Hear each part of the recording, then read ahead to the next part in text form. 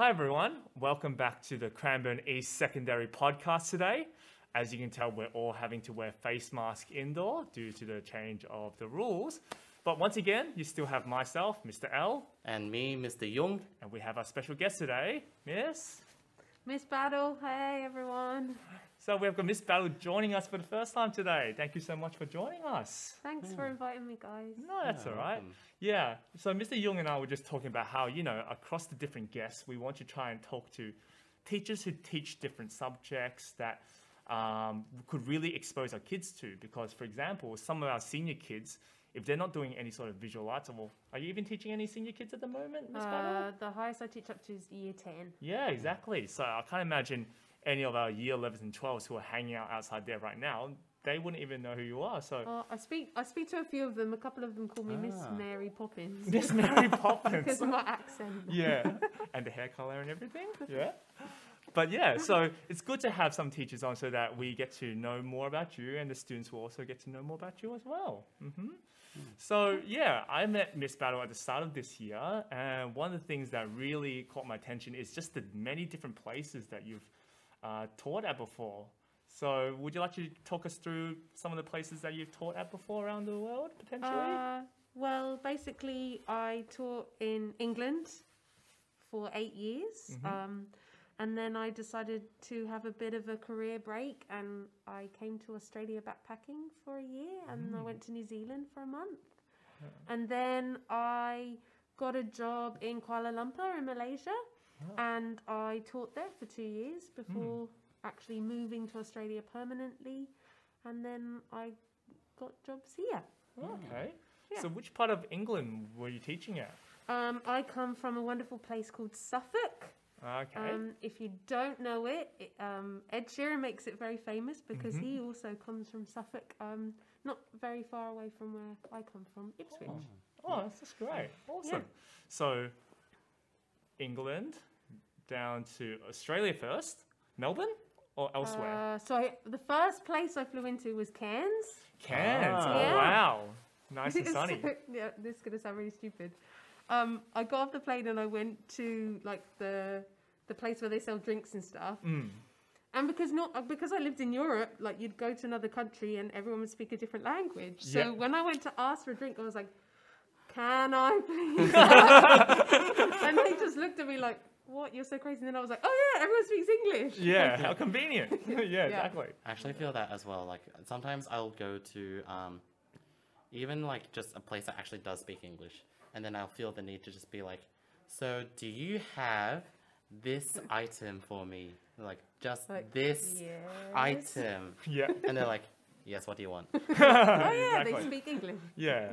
I mean, it's happened to me before as a waiter. It's happened to me before. I used to do waiting at a Chinese restaurant. Sometimes it does happen. If anything, I need people to talk at that speed to me if they're talking in Chinese. Then I'm like, please slow down. I'm trying my best. Yeah. They'll be like, 你要吃什么? Which means, what do you want to eat? And then you're like, I just want this. Thanks. Yeah. Well, number one, number two. Yeah, use numbers. Yeah. So Cairns, how long was that? How long were you at Cairns for? About 2 weeks, I think. I booked like this package thing where I did like hot air ballooning and scuba diving and all that kind of stuff. The real outback experience. Yes. That's so nice. Oh, I wish we could do that right now. It'd be so great. It'd be so nice and warm. Yeah. So then from Cairns, you then went down to New Zealand? So I basically went down the east coast of Australia a little bit, not lots of places. Like the Great Ocean Road? Is that what they call it? Isn't it? The Great Ocean Road the whole way through? Yeah, just... Where did I go? I was starting Cairns, then I went to Mackay because my great aunt lived in Mackay and I haven't seen her since I was really little, since she came to England. So I went and stayed with her. And then I went to Brisbane. And then where did I go after Brisbane? A few other places. And I ended up in Sydney. And I was like, my aim was, to get to Sydney. Sydney is amazing. Yep. I'm going to get a job there. Yep. And that's going to be it. But I kind of didn't like Sydney so much. Ah. So I ended up going back to Brisbane and living in Brisbane for 6 months and working there. Oh, okay, so you taught at a Brisbane school. Oh no, I didn't teach the whole year. What No, were you I doing? was like I worked in a bar and I worked for a clothes store in Maya, Oh, one Maya, of the yeah. like dress areas. Oh, Yeah, nice. it was fun. It was fun to do something different from teaching for a while, Yeah, it's but good, it did yeah. make me really miss teaching. That's good, yeah, Yeah. definitely. So I kind of wanted to stay traveling, but I wanted to teach as well. So that's why I applied for the school in Malaysia. Oh, okay. So in between Malaysia and Brisbane, that's when you went down to New Zealand for a little bit, right? Yes. And how long were you down there for? Like just a few weeks? So yeah, a or- month. A Well, month? 5 weeks. So I Okay. spent 3 weeks. Oh, I can't remember things these days. 3 weeks in the North Island, 2 weeks in the South Island. Ah, yeah, both. I was about to ask you that next, north or south. Yeah, okay. and I got the bus. Mm. Just went from place to place. I kind of chose a really bad time to go though because it was winter. Mm. So a lot of the hostels that I stayed in, there was just me or only a couple of people. So yeah, it was a bit lonely and a bit cold, but Yeah, oh, a bit, just a little bit. it was New so Zealand. beautiful. Like I loved New Zealand. But then it wouldn't be too cold compared to England, would it? I'm just a really cold person. Oh, fair enough, fair enough. Yeah, because what I found interesting was when I was at uni, I don't know about you, Mr. Young, us being uni students from Melbourne, was that there always would be people who talk to you about like teaching overseas and international opportunities, but I never saw Malaysia being offered as an option. Like Japan was extremely common. South Korea is becoming more and more common, I would say. Even China was quite common. And some other European countries every once in a while. But Malaysia, I never heard of like someone offering Malaysia before. So did you apply for a company that only specializes in sending teachers to Malaysia? Or was it like you apply, you give it a few options, and they just send you wherever? I literally just applied to the school. Oh. Yeah, so they advertised for an art teacher, and I really liked the school because it was a non-for-profit school. So all the money that they make goes back into the school, and they do a lot of community projects. Because it's a private international school, the school's very privileged, but they do a lot to give back to the local community. That's good. That's good. Yeah, and I remember like myself being in Malaysia. I don't know if you've been to Malaysia before, Mr. Young, but in Kuala Lumpur they speak mainly either Bahasa, which is the Malaysian language, or they can speak Cantonese, which is our language that we speak. And English, they're not too bad either. Yeah, I think they're okay. Yeah. I went to Kuala Yeah. Lumpur as well, and like it was pretty nice getting around. I didn't really have too much trouble. No, because they were a British colony, lots of people in Malaysia went to school and they learned English. Exactly. So it was very lazy of me, but actually I only learned a tiny bit of Bahasa. Okay. Yeah. But it's like still like something you learned though. Like, it's an achievement. I can still. count to 10 and I Yeah. can say hello and Yeah. Did you learn to say la at the end of everything? Yeah. You did? And actually, it's really funny because by the time my 2 years, I was actually using it in sentences properly. Yes, exactly. Like, it takes a while to yeah. adjust it. You can't just say la at the end of everything. No. It's like even if you were saying like trying to fix that sentence, it'd be like it takes a while to adjust la.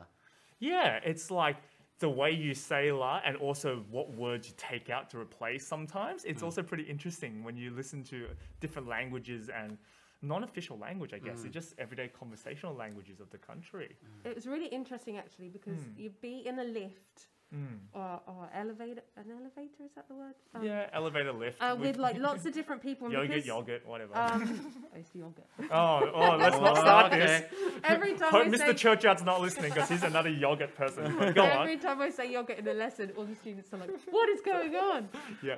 So you'd be in a lift because Malaysia's so diverse. Like you've got Chinese Malay, Indian Malay. Yeah.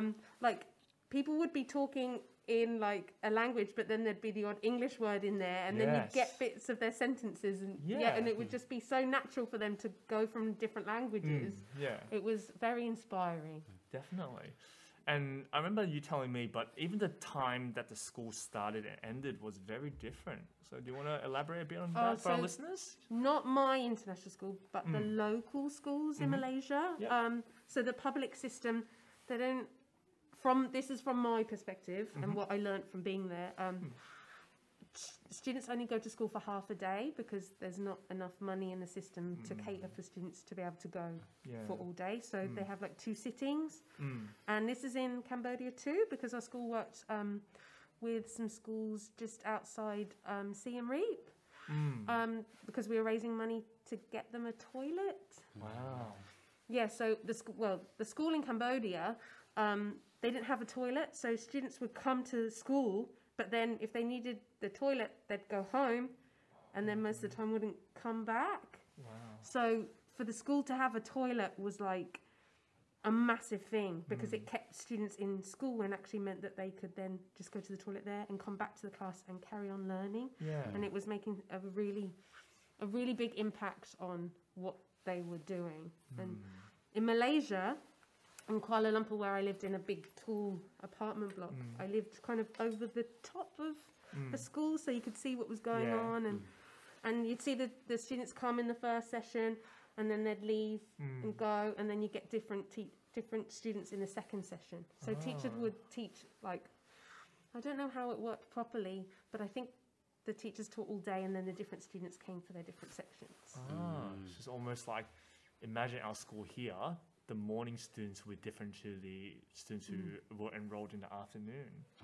Wow. And even when you shared about the idea that some countries, their schools don't even have toilets, I find that just crazy, because, you know, whenever I'm on yard duty, sometimes, you know, we have to check toilets for damage and stuff like that. And it just amazes me sometimes just to see, like, paper towels thrown into toilets on purpose and all these things. And I'm just thinking, like, even if you're not a fan of learning and being at school, just think about just the inconvenience just in general of you having to go home just to use the bathroom. So, you know, I feel like a lot of our students here do take some of these things for granted. Yeah, it really does. It's just really a shame. I couldn't imagine being the teacher there, because obviously you can't just leave to go home to the toilet. You have to just stay all day for the session. Wow. And there's such a thing called teacher bladder as well. Yeah. We hold it in. Hold it in. Yeah, pretty much. Yeah. So that's the thing. I think with Malaysia, for me, one of the key things I always remember the most is the food. And the heat. I miss so much. I miss them both. And the food is always spicy, and the heat is always super hot as well. And a lot of places just have the big fans. And it's the humidity as well. Yeah, it's not like my here. My hair would be like... Yeah. It's not like here. That's the thing. Actually, like, my skin is actually a lot better in those countries because it's not as dry. Whereas then when I come back home, my eczema just flares up like crazy. It's like, so dry. But yeah, I don't know. But I love, like, I think one of the key things I remember eating in Malaysia, of course, not all Malaysian meals are like this, but as Miss Battles explained before, there's Chinese Malaysians, Malay Malaysians, Indian Malaysians, and they all come with their own type of food. And because of that, I remember sometimes you would eat with chopsticks, sometimes you would eat with fork and spoon, and sometimes I've even had banana leaf meals before. That's one of my favorites. Yeah, oh my. But it was so spicy. I remember the first time I had banana leaf meals, so they served like some rice and like different types of curry on a banana leaf. And then you have the option these days where you can use fork and spoon, or the genuine way, which you can eat with your hand, I remember, and then you can push the rice into your mouth and eat it like that. First time I went to Malaysia, I could not finish my meal because of how spicy it was. And then so I made a vow that the next 4 years I'm in Australia, I'm going to train up my spiciness tolerance. And the next time I went back, sure enough, I finished that thing, and I was so proud of myself. But I was still crying like crazy. Did you have the mango lassi with it? Because that really helps. Mango lassi is so good, and you can still get some mango lassi at I think Costco. You can get mango lassi for like 1 liter. It's a pretty good price. There's a lot of places like in restaurants now, like especially Indian restaurants, I think, that serve stuff like mango lassi as well. And it's like it's pretty nice as well. Yeah. Do you want to describe what mango lassi is like? Like some... It's kind of like a yogurty... Yogurt. Yeah. Yes. A yogurt. Mango yogurt. Drink. Yeah. So it's good. Got probiotics as well. Really, and it's like always to the perfect level of chill. Like it's chilled to that perfect level where it doesn't hurt your teeth to drink it. But like it's very calming and smoothing for when you have like the really spicy stuff. Yeah, it's almost like a really smoothie. If you think about it. That's the best way to put it. It's the closest thing, but it's nowhere near. A very rich mango smoothie from Boost Juice. That's like has Mango more. Magic is my favorite. Yes, Oh yeah, yeah. mango magic. Or I used to like the great mango magic, but now I get the green tea mango instead, which is pretty good. Yeah, pretty Tropical Storm as well. Ooh. Was pretty good. That's the Yeah. banana. Oh, Boost Juice. But yeah. The good thing about living in Malaysia is you live in Europe, so you can go to so many places. And I went to Taipei, Did you? and Flew over to they Taipei? had Nice. green tea, everything, Yes. everywhere. Yes, because they're very heavily Japanese influenced. So black sesame and green tea flavored things Yeah. are very common in Taiwan, Taipei. Oh, I love Taipei. Oh, I love Taipei. Yeah, it's such a great trip. But yeah, so Malaysia, how many years were you there again? 2 years. 2 years, and then the next step was down to Melbourne, was it? Yes. So you found a Melbourne school first here, or did No, you- I came to Australia to be with my partner, and we decided to move to Melbourne because we loved Melbourne because it reminds me of Europe, and so I think it's the most European place in Melbourne, in Australia. It kind of reminded me of home with the seasons and Yeah, the just rain. the architecture. So we decided to come here, and neither of us had jobs or even have anywhere to live. Yeah. Like we just started from scratch.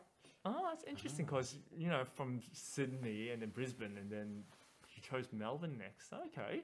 And then teaching art and other visual arts as well? Yeah, so I started doing CRT, and then I got an art job, and then so basically my whole teaching career I've always taught art. Yeah.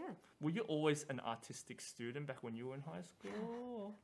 Yes, I was, Good. but my mum has this artwork that I made when I was little, like of me dressed in a suit, Yep. Oh. and it said, "When I grow up, I want to be a maths and art teacher." Maths and art. Yeah, Oh. very interesting mix because I really Yeah. loved maths at school. Okay. Do you still like maths now? Not particularly. When I kind of got higher up the school, Yeah. the maths kind of dropped along the wayside, and I just focused on the art more. Yeah, for me, it's like, okay, graphs in a straight line, all good, all good. And then graphs starting to make curves, I'm like, nope, I'm out. I'm out. When they start to curve like this or curve like this, I'm like, nope, I'm No, out. it's when you have the X and Y axis, and then suddenly they go, here's a Z axis, and they're like, There's such a- what? Oh, yeah. Well, 3D? I only know university people have to do high schoolers have to do that now? I did it at one point, and Oh my like, goodness. it was Chinese school, so it was like, that's, they bring you up, yes. Ooh, Oh. cool. and you're sounds just hard. sitting there like, oh, well, you had to learn algebra at grade 3, so it's Wow. like, yeah. Yeah. That was one thing I did like algebra. That was pretty yeah. nice. And I think even in Malaysia, the curriculum for maths also is a bit faster as well compared to Australia. I'm not too sure if it is. I know Singapore it is next door, but I'm not too sure about Malaysia. Usually, just in general, Asian countries, they accelerate really fast. They just yeah. go, there's no time. Yeah, no Lots time and lots of to maths. study. Yeah, a lot of memorization of maths, and that's it. Just Yeah. memorize. Yeah. I'm actually really curious. Was there a high school art project that you were extremely proud of? Like, if you were to remember that one art project, would you ever? Well, Think of that one. when I was in primary school, Yes. I did a drawing of Tutankhamun's head. Oh, okay. And I got to go to Star Assembly for it. And Star Assembly was basically like when you stood up the front with your piece of work and like everyone clapped you, and I was so proud. So proud. Just how about you, Mr. Young? Did you have any high school or primary school? Oh, in primary school as well. In English, at one point we were reading Curious George, and so my most proudest moment was when I made a disco version of Curious George as a ceramic doll. Wow. Yeah. That's impressive. Wasn't anything like completely special, but like that was the thing that I made that was like closest to what I wanted in my mind. So I was like very, very proud of that one. Yeah. Yeah. Sounds like a cool project too. Yeah. Handed it to my dad. Happy Father's Day. Okay. Aw, that's a good present. Yeah. I think mine was primary school as well. I don't know why. Just high school, I moved over to performing arts instead in high school. And would you say the same for yourself, Mr. Yeah, Young? that's me as well. Yeah, we were more into musical instruments, that's why. But in primary school, I remember one of the things that my primary school did was they got us to do some artwork. And then what they told us to do was to give it to them, and they sealed it up. And then 10 years later, they mailed it back to us. Wow. That's So- cool. That's commitment. Yeah, so I think I was grade 6 at the time. So I hadn't moved out yet. No, I don't think I had moved out yet. I was still living at home, luckily same address and everything. So I get in the mail, I'm just like, don't ask the primary school. I'm like, why would they need anything from me? Do they want me to like visit or something to celebrate? And I opened up and was like, oh my goodness, I completely forgot about this. Yeah.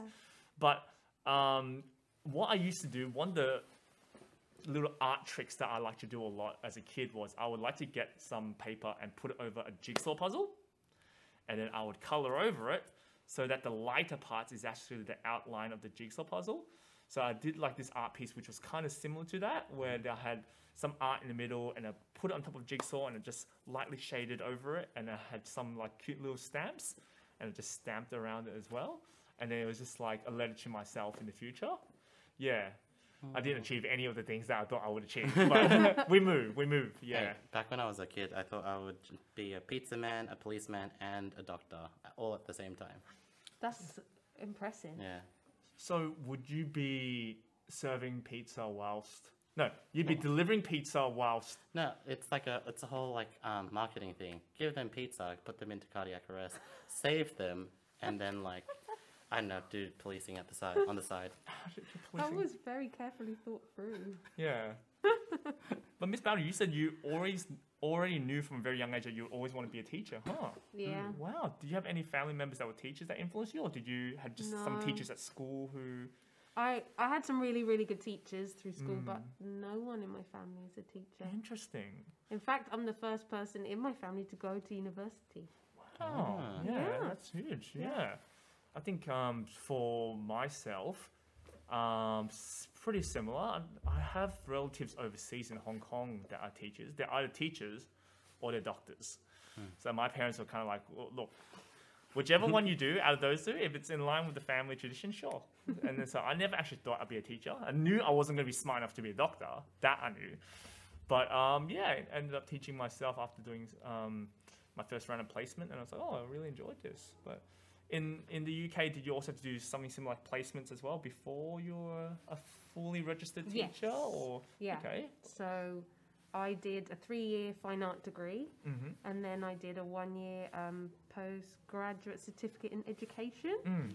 And a lot of that was full on in Wow. a school, That's good. like 3, because in the UK we have 3 terms, not 4 terms. So each term there was a lot of time in school. So a lot more maybe learning on the job than necessarily so much at university. I think that's what I would prefer. Yeah, so if you were to combine all the weeks, would that equal to 1 term of teaching, do you think? Or maybe 1.5 terms, 2 terms? It was a lot like, so the first term, we had the first 2 weeks at uni every day. Yep. And then we'd go to school 4 days a week and then go to uni 1 day a week. So that was like that basically the first 2 terms. And then the last term, we basically had to be a full-time teacher. Oh, wow. Like, and have like a full-time table. Whew. It was pretty full on with all the essays and all the stuff as well that you had to do. Yep. I had a part-time job at the weekend, but I had to give it up because it was just too much I work. could imagine so, yeah, all the extra work that you have to do. Yeah, quite different to now. I think different universities, I think they're pushing more towards teachers having to do between 2 years to 4 years now, I think. Back then it used to be a bit shorter. Some teachers used to have the degrees in 1.5 years, but yeah, 1 year over there. I think it just depends on which course you decide to go into. Yeah, because you can do the like 3-4 year degree of like Education teaching, degree. education degree, or you can do it via your subject route. Because Okay. a lot more teachers in the UK kind of specialise just in one subject. So my PGC wasn't to be a teacher; it was specifically to be an art teacher. Of just high school, or do they specify primary? You have to specify wow. whether you're going to do primary or secondary. Very specific. Yeah, so when I came here and teach, like, oh, I used to teach in a primary school and now I teach in a secondary school, it was like, whoa, they're so different. Yeah. Like, yeah, that you don't hear many people at home necessarily do. Yeah. Okay. Could you imagine yourself ever going back and teaching in the UK now that you've taught for a bit in Australia? Ever? Yeah, most definitely. Like all my family's at home, so maybe Yeah. one day. I miss them, and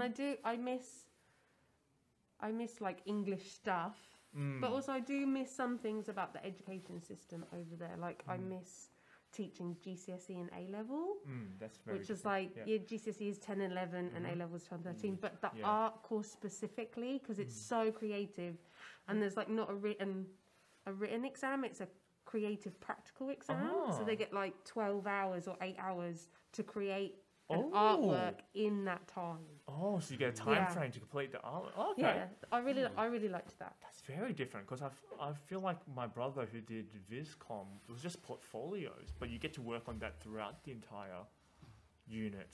Oh, so just set time. It's like speed painting. You Yeah.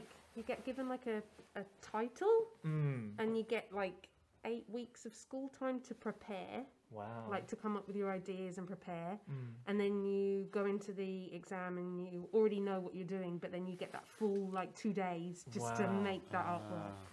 That's crazy. That's fair. I can't Oh. imagine myself doing that in that time. I loved it. When I was at high school, I was like, yes, we get our art exam. Yeah, like 2 whole days of just sitting drawing Yeah. with like not having to go to any other classes. It was the best. Oh, that's amazing. Could you imagine us having to do something like that for music? Imagine it's like 12 hours, write a song. I'll die. I can't write I'll music. just be like playing like I don't know, like just the most basicest of songs, just with one hand, just being the like this is not good enough. Yeah, I can't. I'm not very creative myself. I'm more of you tell me what to play or what to draw, and I will just copy Yeah. it for you. I'll I- just follow along your instructions. That's I'm cool. very That's much like Yeah. give me the Yeah. skeleton of what I need to do. Yeah. I will put my personal touch on it. Mm. But if you're asking me to play my own song like that I made up by myself, this will not work. Yeah. I think even like in high school, one of the best art pieces I did, it was because I didn't put like tracing paper over it to copy it, but no, I looked at the side and I copied it. Yeah, that's and fine. it looked kind of like it. And I'm like, oh, I can do straight lines. I didn't know I can do straight lines. I was actually really bad. So yeah, my brother had the visual arts genetics, and I got all the performing arts genetics. So his stuff. I remember in high school in year 12, him and his best mate actually got to have some of this stuff put up in a local gallery. And I was like, damn, I could never do that. But yeah, Oh, you know what? On Monday, Yeah. I am going to put up some year 7, year 10, and 11 work in Cranbourne Library Oh, for our very own Cranbourne East Secondary College exhibition there. well, the Ah. thing is, this episode, when it comes out, it will be that Monday. Awesome. So it opens on the Tuesday, the 1st of June. I think it's the 1st of June. It should be Yes, Yeah. Tuesday's the yes. 1st of June. That's Yeah, right. so you can go and see it anytime for the next, like, basically month. Nice. That's awesome to hear. Cool. Well, that reaches the time in our episode now where we talk about our watch list suggestions. So, who would like to go first and talk about a particular show that they would like to recommend to our listeners? Ooh, I'm happy to go first. Sure. Oh, so it hasn't come out yet. By the time this episode does air, it will have been out. It is the new Cruella. Yep. So Cruella, I've always loved the 101 Dalmatians stories, and I'm so excited to actually see a, I guess like an origin story for the villain. It's because like the villain in that story is made to seem like in the original story is made to be seen as this completely crazed fashion designer who has a certain taste for coats, different types of coats. Yeah, and then like finding out how she got that way, it feels like it's going to be interesting. Adding another dimension. Yeah, Where it's exactly. not just like, oh, she's evil, full stop. Yeah, it's like that's it. It's like this is like okay, this is a progression. This is her life story, and all of that. That's always interesting. But my plan is there's a place near here called Luna Drive-In, Ah. Ooh. and so basically what you do is like if you're underage, you're not going to do this. If you're at age, you're gonna drive in, Yeah. and then you just hire. You can either play it on a radio in your car, or you can buy a radio and you play it in your car. You just sit in your car, watch the movie. There's a whole theater with snacks like popcorn, chips, burgers, all of that, and you can just sit in your car, watch it, and it's just the movie projected onto a large screen, and it's just like the midnight sky as you just watch a movie. Wow. Yeah. And of course, the radio, they tell you what channel to tune into. That syncs up with the screen. Yeah, and it's a really, really nice, just like getaway, a bit different from your usual cinema, especially if you're worried about social distancing. You can just stay in your car as well. Yeah. So yeah, That would work. That would work. That sounds awesome. yeah, it's really Yeah. nice. How about you, Miss Battle?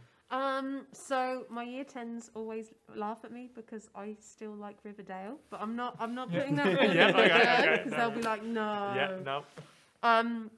Buffy the Vampire Slayer. Oh, classic. Classic. I was obsessed with it when I was younger. And through lockdown, I decided to rewatch it from the beginning again. It's actually held up pretty good. That's great. Like, she's a strong, independent woman. Yeah. And it's a really good show to watch just for escapism, but also Yeah. like the values within it. Okay, not murdering vampires, but the rest of it's Yep. awesome. Yeah. And yeah, she's pretty skillful with Yeah. It's awesome. I think the last time I heard a reference to Buffy the Vampire Slayer was in The Big Bang Theory. And it was, for those of you who watch a bit more modern shows, if you watch the final episode and you hear that reference about Buffy the Vampire Slayer, this was the original show. So yeah. My show, I am going somewhere a little bit different this week. I'm thinking about movies where not a lot is actually vocally said. Oh.